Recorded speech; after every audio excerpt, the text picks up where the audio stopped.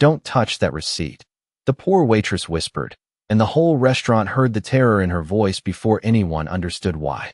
The silver tray trembled between her hands, carrying one unpaid bill, one empty wine glass, and a strip of paper folded so tightly the edge had cut into her thumb. Her white apron was spotless except for a brown coffee stain near the pocket. The security camera above the bar blinked red. Across the room, the Mafia boss stopped walking. 3 hours earlier, Lena Morales had been counting bread plates in the service corridor with $17 in tips folded inside her apron and a headache pulsing behind her eyes. The charity dinner had turned Belladonna's into a cathedral of money. Crystal chandeliers, black suits, ivory tablecloths, women laughing softly behind diamond bracelets, men signing auction cards for amounts that could have paid her rent for a year.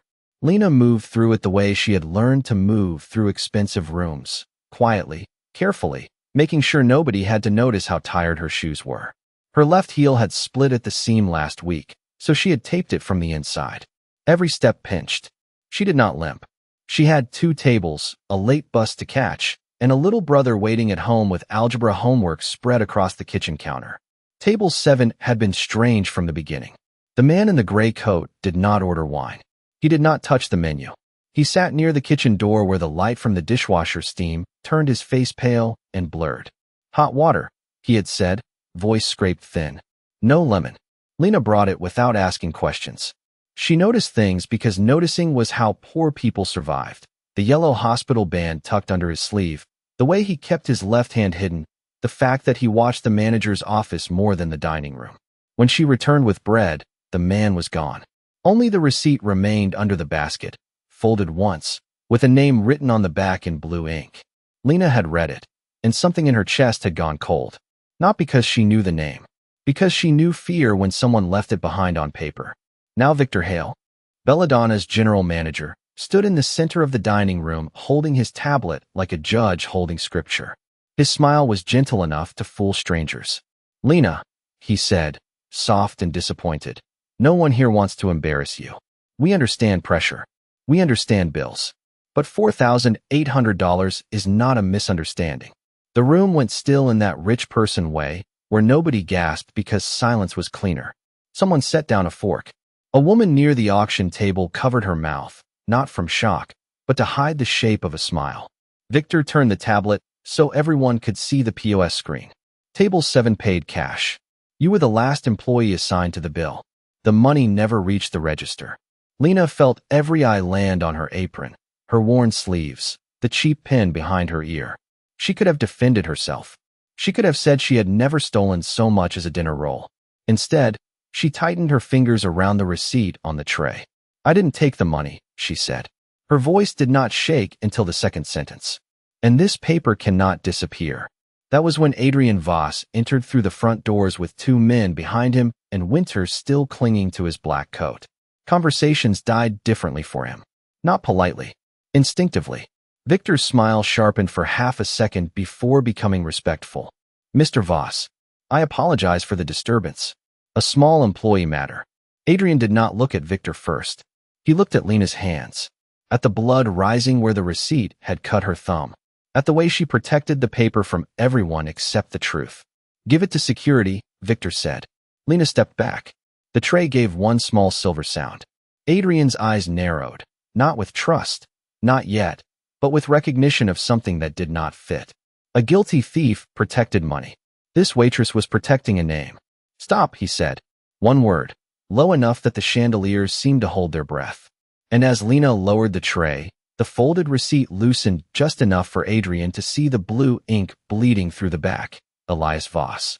The name bled through the paper in thin blue veins, but Adrian Voss did not reach for it.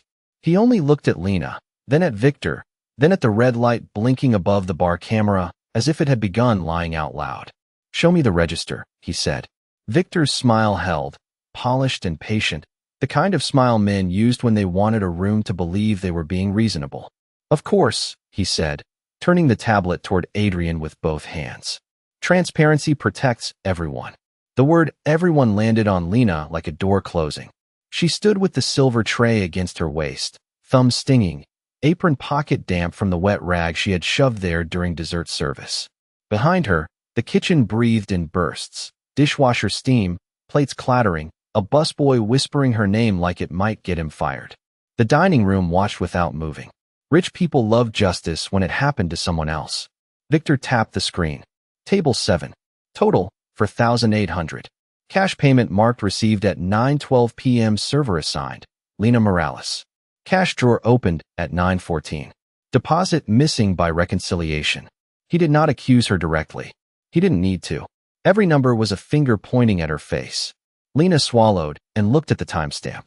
That's wrong, she said. Victor's eyes softened with practiced disappointment. Lena, I was in the kitchen at 9:14. Memory becomes unreliable under stress. His voice was kind enough to be cruel, especially when someone is afraid. Adrian's gaze shifted to her. Not warm, not saving, waiting. Lena pressed the tray harder against her apron so her hands would stop shaking. Chef Mara burned the caramel at 9:13. The smoke alarm didn't go off, but the hood vent kicked high. I was holding the back door open because the kitchen filled with smoke. A small sound moved through the staff near the service hall. Someone remembered. Someone almost spoke. Victor looked toward them, and the sound died. Adrian turned his head slightly. One of his men lifted a phone, not openly, just enough to photograph the POS screen. Camera, Adrian said. Victor nodded before the word had fully landed. Main dining room camera lost signal from 9:07 to 9:18. We already documented it. Old wiring. Terrible timing. Only that camera? Adrian asked. Very softly. Victor paused for less than a second. Lena saw it because she had spent years seeing the things powerful men hoped servers missed. The tightness near his jaw, the thumb brushing his wedding ring, the faint line of sweat under his collar despite the cool room. The bar camera remained active, Victor said. But unfortunately, it doesn't cover table 7. Lena looked past him to the host stand. What about the kitchen camera? Victor laughed gently, almost sadly, like she had embarrassed herself again. The kitchen camera monitors staff safety, not guest payments. The man in the gray coat came through the kitchen door, Lena said. The room changed. Not much. Just enough. A fork stopped halfway to a plate. Adrian's eyes went back to the receipt. Victor turned toward her slowly. There was no man in a gray coat assigned to table 7. I didn't say he was assigned to table 7. Lena's voice grew quieter, which somehow made it carry farther. I said he left the receipt. Adrian's expression did not move, but something in the air around him tightened. Victor's tablet chimed. A notification flashed and disappeared too quickly for most people to read. Lena read it anyway. She had always been good at catching things before they were hidden. Bank alert. Transfer pending. Same amount as the missing bill. Victor locked the screen with his thumb. This is becoming confusing, he said. And confusion is dangerous for a young woman trying to keep her job. Adrian looked at the dark tablet. Then at Lena. What do you want shown? Lena did not look at Victor. Kitchen camera. 8:47. Delivery in trance. Victor's smile finally lost one small piece of its shine. That footage won't help you, he said. Lena looked down at the receipt, at the blue ink ghosting through the paper, and answered. Then why are you scared of it? Victor's fear did not look like fear at first. It looked like courtesy. It looked like a man smoothing his tie, lowering his voice, and giving the room permission to feel sorry for the poor waitress who had embarrassed herself in public. Lena, he said with that careful softness that made her name sound like a stain he was trying to remove. You have had a long night. You are tired. You are overwhelmed. And now you are reaching for shadows because the facts are uncomfortable. Lena kept both hands on the tray. The receipt lay flat now, no longer folded, the blue ink showing through the thin thermal paper like a bruise beneath skin. Adrian Voss still had not touched it. That was what made the room colder. He did not grab evidence. He let people reveal how badly they wanted it hidden. I'm not reaching, Lena said. Her throat felt dry, but her voice stayed level. I'm remembering. Victor gave the room a faint smile, almost apologetic, as if she had forced him to be patient in front of important people. Memory is a fragile thing when money is involved. A few guests shifted. Someone near the auction table whispered, "Poor girl." It was not sympathy. It was dismissal dressed up as kindness. Lena heard it and felt the old pain open, not sharp, but familiar. The pain of a bus fare counted in quarters. The pain of a landlord's notice folded under a sugar jar. The pain of her father standing outside a diner years ago in the rain while a man shouted over $18 he did not owe, and strangers stared at his patched coat like poverty was proof. That was the first receipt Lena ever kept. She had been 11. Her father had picked it out of a gutter after the owner threw it at him, smoothed the wet paper against his chest, and said, "One day, baby, somebody will read the right name." He disappeared 3 weeks later, leaving behind a toolbox, 2 work shirts, and a coffee can filled with unpaid bills her mother never spoke about. Since then, Lena had kept receipts the way other people kept photographs. Not all of them. Only the ones that felt wrong. A wrong table number. A missing signature. A cash payment marked before cash arrived. Tonight's receipt had all 3. Table 7 didn't order the Barolo, she said. Victor blinked once. Excuse me. The wine order slip says Barolo Reserva. 2 bottles, 800 each. Table 7 had 1 woman who asked for iced tea because she was taking antibiotics, 1 man who sent back the wine list because he said Italian reds gave him headaches, and a 3rd guest who left before appetizers. Lena looked toward the bar. I carried their sparkling water myself. Adrian's eyes moved to the wine glass on the tray. Empty. Polished. Too clean. You remember every drink? Victor asked, and now there was a thread inside his voice, thin as wire. Lena shook her head. No. I remember people who are embarrassed to ask for tap water in a place like this. The silence that followed was different from the first one. The first silence had accused her. This one listened despite itself.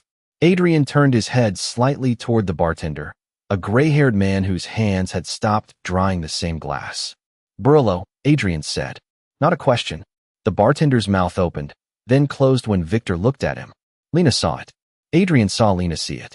Victor stepped half a pace in front of her, not enough to look aggressive, just enough to block her from the room.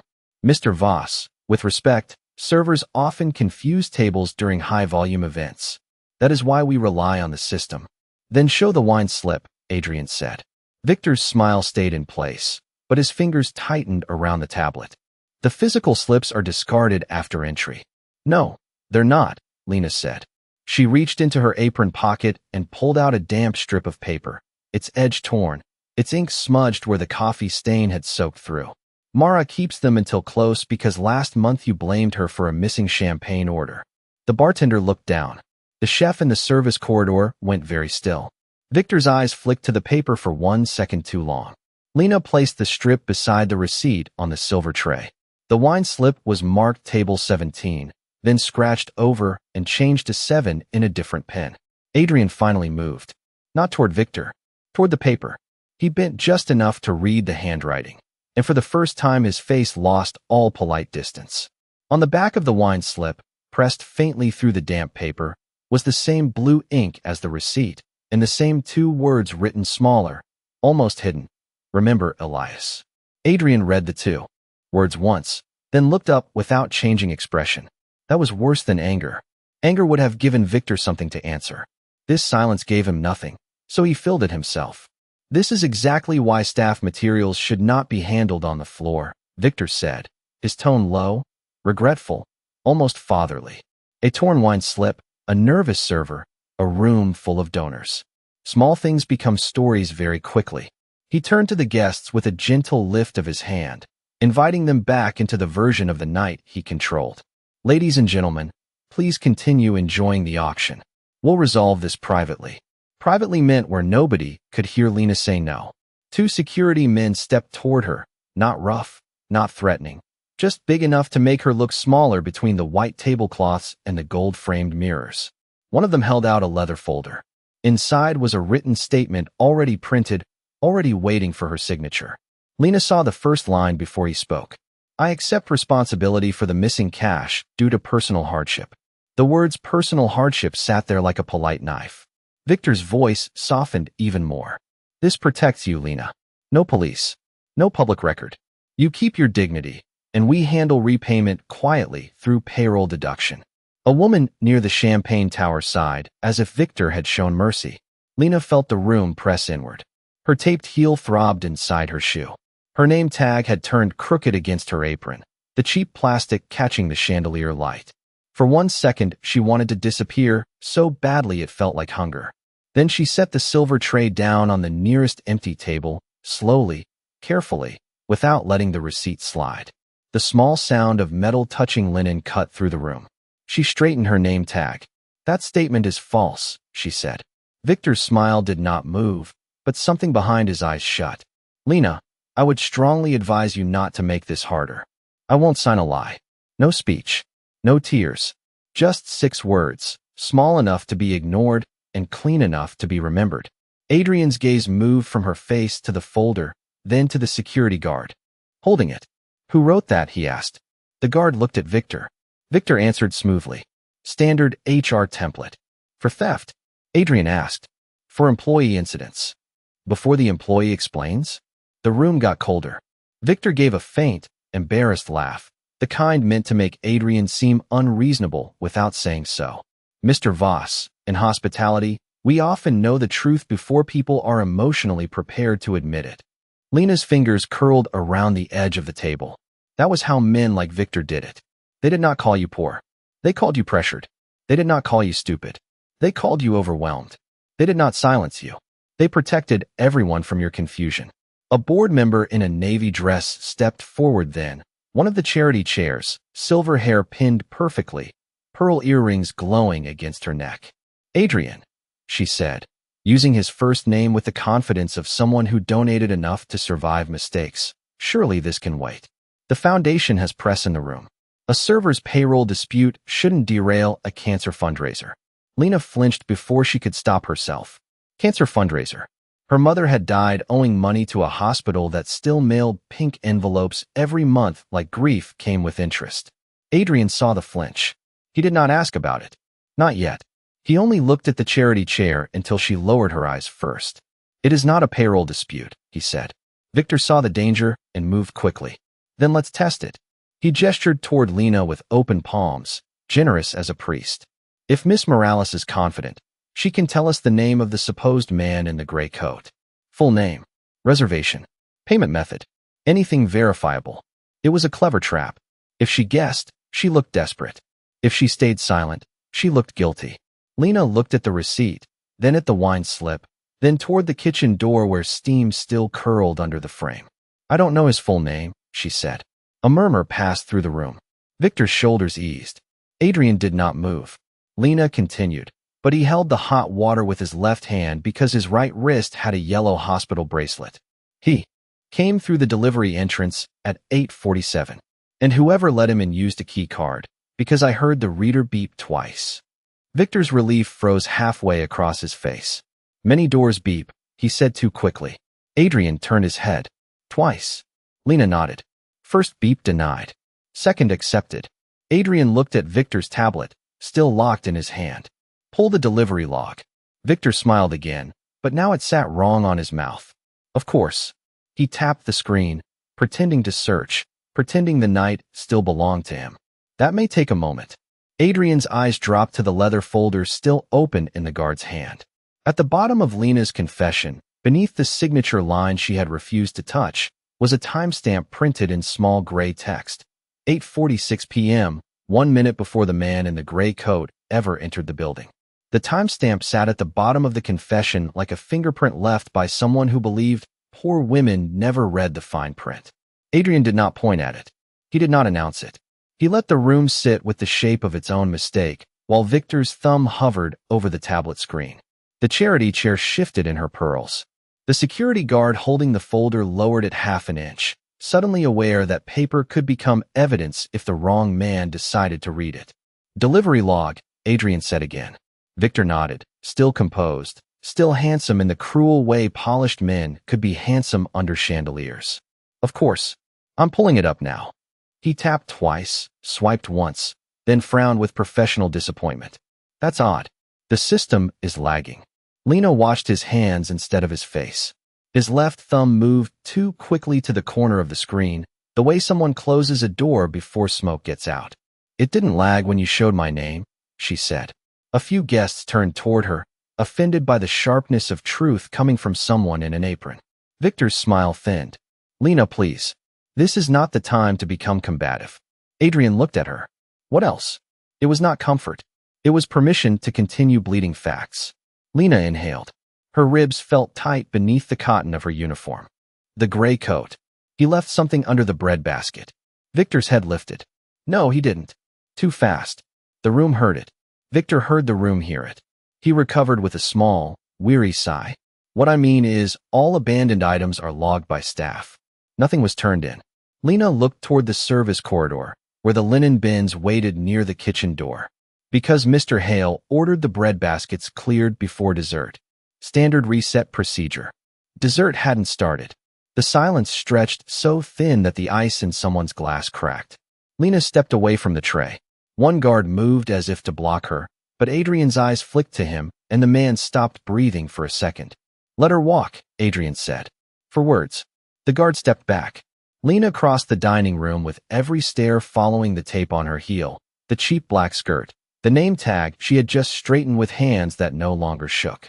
She disappeared into the service corridor, and for a moment the only sound was the dishwasher hammering steam through the kitchen like a train passing underground. She went straight to the gray canvas linen cart beside the mop sink. The top layer smelled like butter, lemon cleaner, and old coffee. She dug past napkins, past stained tablecloths, past a crumpled auction program with lipstick on the edge. Victor followed only to the kitchen threshold. He would not step into the mess. Men like him preferred clean rooms where dirty things had already been hidden. This is unnecessary, he called gently. And frankly, Lena, rummaging through refuse in front of donors is not helping your case. Lena did not answer. Her fingers closed around something hard wrapped inside a bread cloth. She pulled it free. An old flip phone, black, cracked across the small outer screen, sticky with tomato sauce along one edge.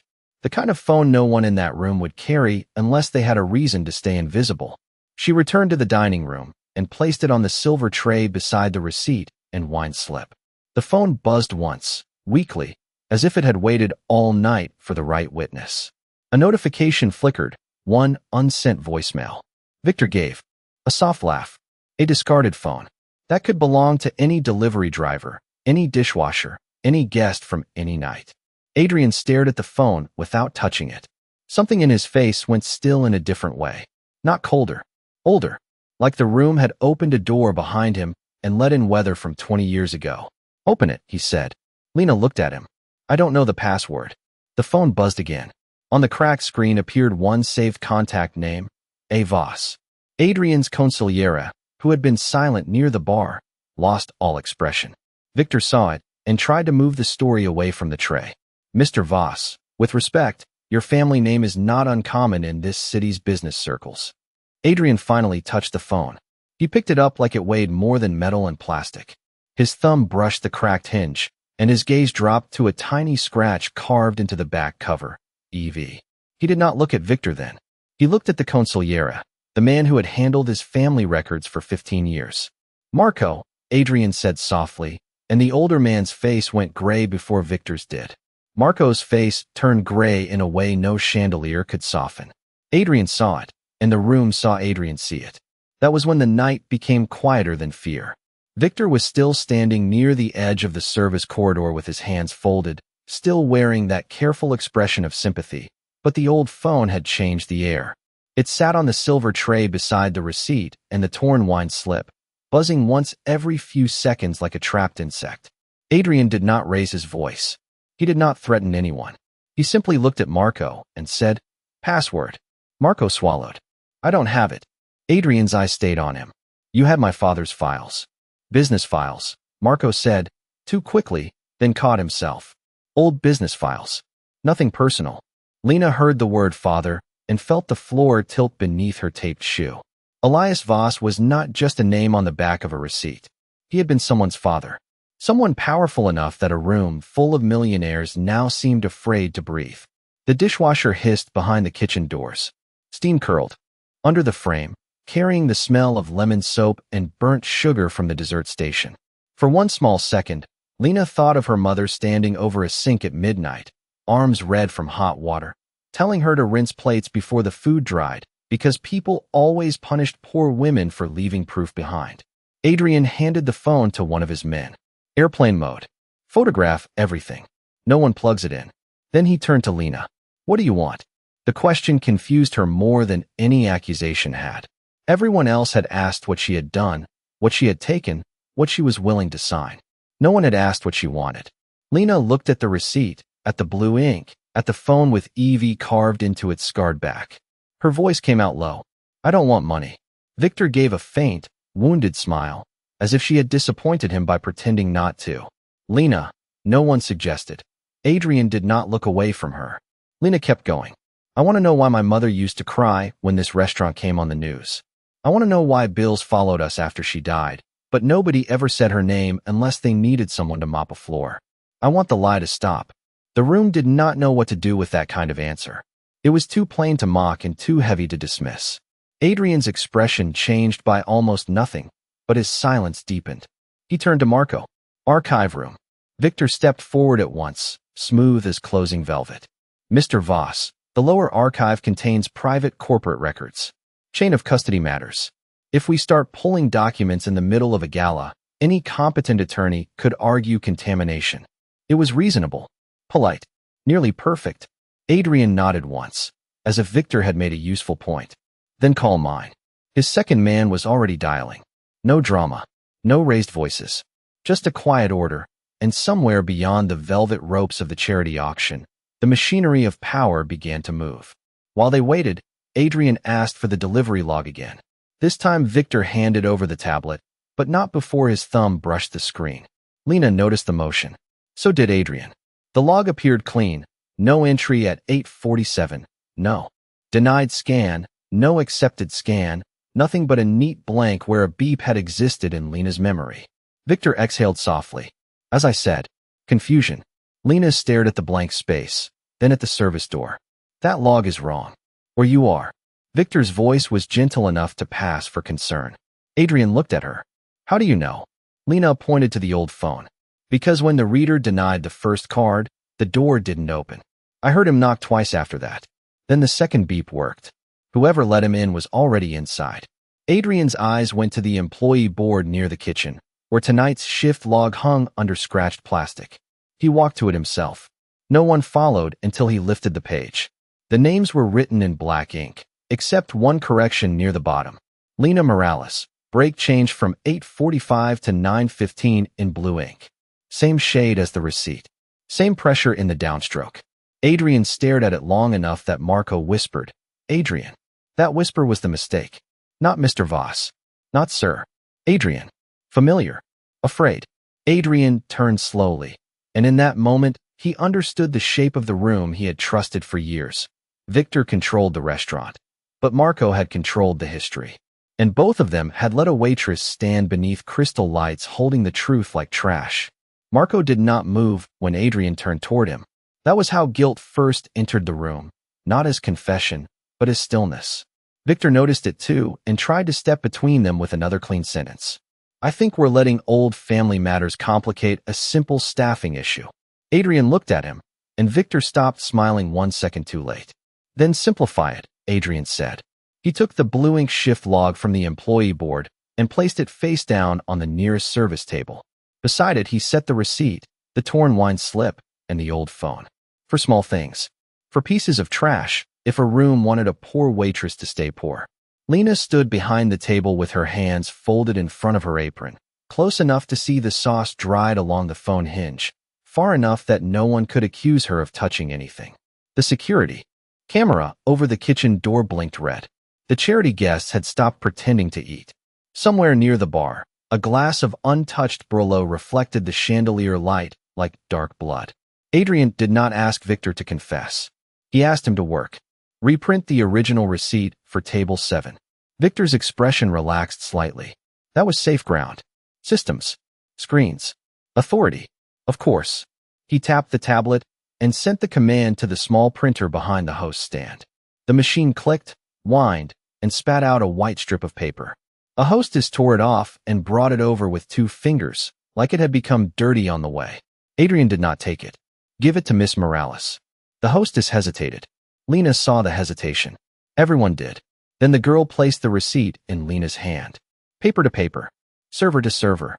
Lena compared the new receipt to the old one on the tray. Same total. Same table. Same timestamp. But something was missing. She did not speak right away. She let her eyes travel the way they had traveled all night, from table number to server code to payment line.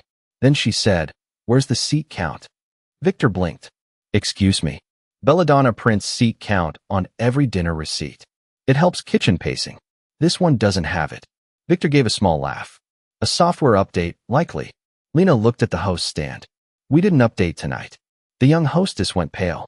Victor turned toward her gently. Too gently. "Claire, you are not in trouble.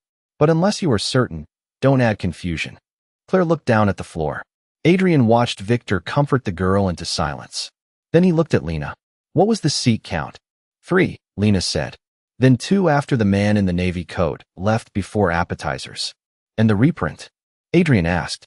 Lena held it up. "No count. Because it wasn't created at the table. It was rebuilt." Victor's fingers stopped on the tablet. The phone on the tray buzzed again.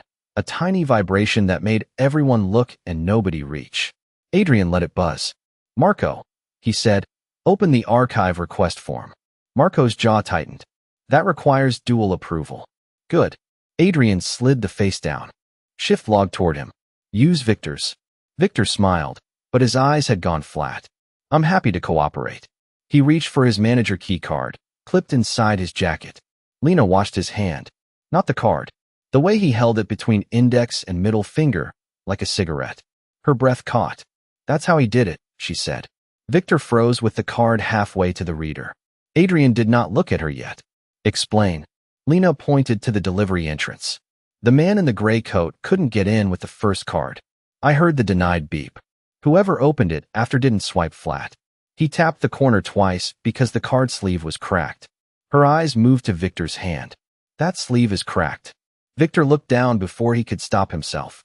A hairline split ran across the black plastic holder. The room saw it because he saw it first. He recovered quickly, too quickly. Half the staff have damaged sleeves. Adrian turned to the hostess. "Bring me every manager card." No one argued. The request sounded small enough to be harmless and final enough to be dangerous. One by one, cards were placed on the service table. Smooth sleeve, smooth sleeve, smooth sleeve. Victor's cracked at the corner. Marco's cracked at the corner too. The two men did not look at each other. That was the loudest thing they had done all night. Adrian picked up neither card. He only looked at the camera light above the kitchen door and said, "Run the footage from the reader angle." Victor's phone vibrated in his jacket. Once, twice, 3 times. He did not touch it. Marco stared at the old phone on the tray like it had started breathing. The file loaded on the small monitor behind the bar, grainy and gray, the delivery door glowing under the security light. At 8:47, a man in a gray coat knocked twice. A card entered frame. Denied. Then another hand appeared from inside the building, holding a cracked black sleeve, tapping the corner twice. The face stayed out of frame, but the wrist did not. A silver cuff link flashed beneath the sleeve, engraved with the Belladonna crest. Victor wore the same cuff links now. Lena looked at him, not with triumph, not even anger. Just standing, straight in her stained apron, beside the evidence he had expected her to lose. Adrian's voice came low from the end of the table. "You said no one came through that door." Victor's smile finally died in public. And for the first time that night, he looked at Lena like she was not alone. Victor's smile died, but his training did not. He stood under the chandelier with the delivery footage frozen behind him, cuff links catching the light, and found one last clean place to hide. "That could be anyone's wrist," he said quietly. "A reflection. A staff jacket. A coincidence." No one believed him the way they had believed him 20 minutes earlier, but rich rooms did not surrender quickly. They waited for permission to change sides. Adrian gave none. He only looked at the frozen frame, then at Lena, then at the silver tray where the receipt, wine slip, old phone, and reprinted bill sat together like small witnesses nobody had invited. "Bring the archive box," he said. Marco flinched. Just once. Small enough for most people to miss. Lena didn't. Adrian didn't. 2 of Adrian's men went downstairs with the house attorney, and the room remained trapped in the kind of silence that made every breath feel recorded. The charity chair lowered herself into a velvet chair as if her knees had betrayed her. The bartender stared at his own hands. Claire, the hostess, wiped tears from under one eye with the heel of her palm and kept looking at Lena like she wanted to apologize but did not yet know if she was allowed. Victor kept his posture perfect. That was the saddest part. Even cornered, he still believed dignity belonged to the suit, not the truth. When the archive box arrived, it was smaller than Lena expected, black metal with a brass plate and dust along the hinges. Adrian did not open it immediately. He looked at Marco. "You told me my father sold his interest in Belladonna before he died." Marco's mouth worked once before sound came out. "That was in the records." "Your records?" Marco said nothing. Adrian took the key card from his own man, then paused at the fingerprint latch. "It requires 2 family prints," the attorney said, voice low. "Voss and Hale, according to the current file." Victor exhaled, almost relieved. "Then we are wasting everyone's time." Lena was looking at the brass plate. Not the lock. The plate. Years of wiping tables had taught her that old metal kept outlines even after names were polished away. There were scratches under the engraved Belladonna crest, faint but stubborn. She stepped closer. Security shifted, but Adrian lifted one hand without looking. She stopped at the box and ran her thumb lightly over the plate. "This used to say something else," she said. Victor's eyes sharpened. "Please don't touch archival property." Lena looked at Adrian. "Do you have flour?" The question was so strange that the room blinked. Adrian nodded toward the kitchen. Chef Mara returned with a small bowl, hands shaking, white flour mounded like snow. Lena dipped 2 fingers in and dusted the brass plate with the gentleness of someone handling a grave marker. The powder settled into the old grooves. Letters appeared beneath the newer crest, pale and undeniable. Voss and Morales. The room forgot how to breathe. Adrian stared at the name. Morales. Lena's name. Her mother's name.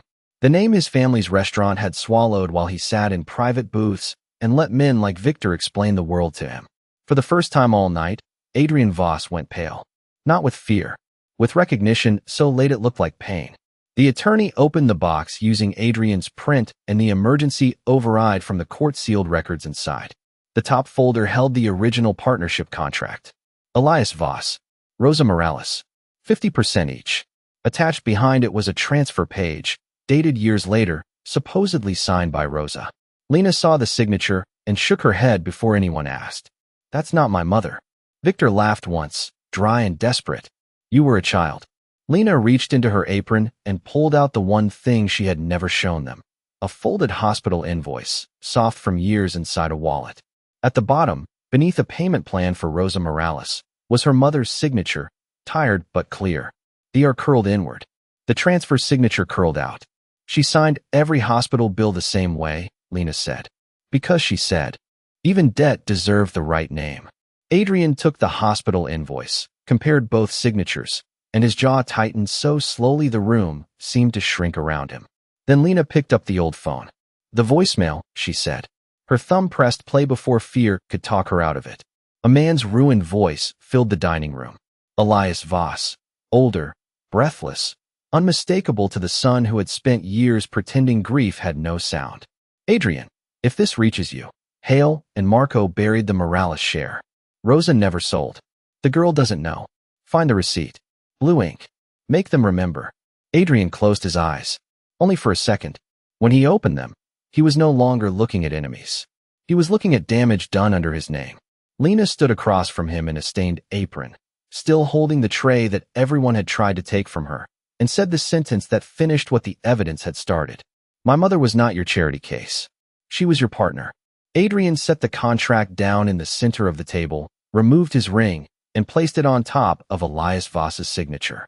Then he looked at his attorney without raising his voice. "Lock the doors."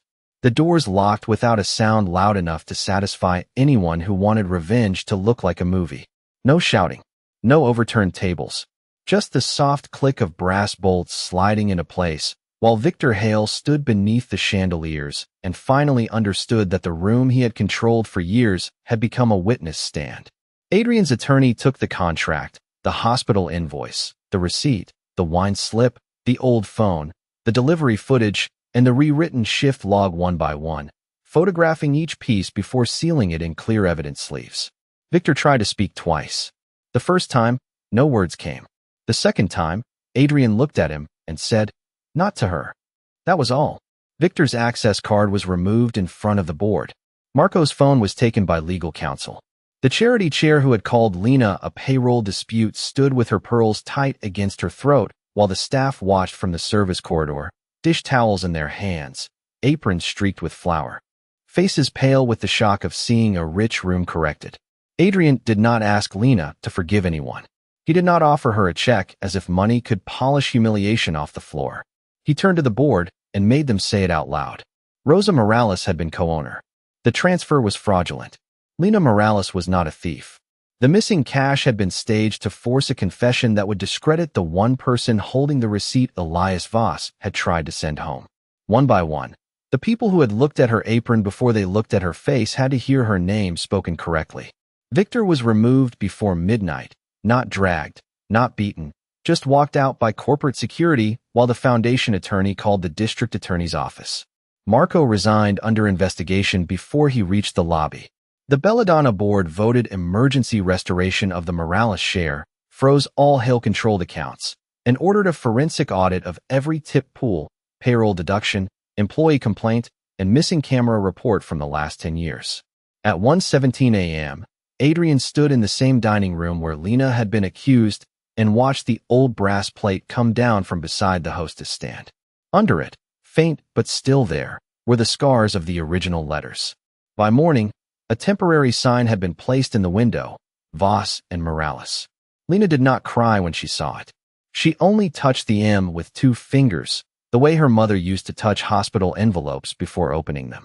3 weeks later, the apology happened during staff meeting, not in a private office where shame could be hidden. Claire read the corrected incident report. Chef Mara received back pay for every deduction Victor had buried under kitchen error. The bartender admitted he had been afraid and apologized with his head lowered, not to Adrian, but to Lena. Every server got an independent tip audit. Every accusation now required a witness, a union representative, and camera review from 2 angles. A legal fund was created for staff medical debt and wage theft claims, funded not by charity gala applause, but by recovered money from the men who had stolen under polished names. Lena was offered a quiet settlement. She asked for 3 things instead: her mother's name on the ownership records, her brother's college fund protected by a trust no manager could touch, and the old service corridor repaired because the women carrying plates deserved lights that did not flicker. Adrian granted all 3 and added lawyers, health insurance, and a salary she did not have to be ashamed to accept. He never called it generosity.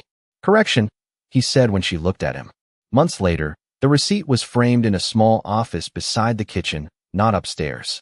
Lena chose that room because she wanted to hear the dishwasher, the lunch rush, the door chime, the living pulse of the place that had tried to erase her family and failed.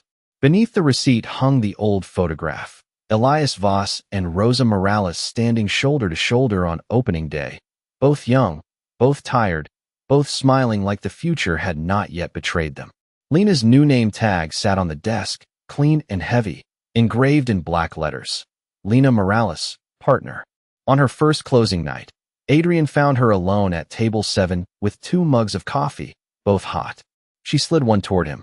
No wine, no speeches, just coffee, steam rising between them like something finally allowed to breathe. My father said somebody would read the right name one day, she said. Adrian looked at the framed receipt, then at the woman no one in that room would ever call invisible again. And for once the most dangerous man in the city had no answer because the truth had already spoken, and this time, everyone had listened.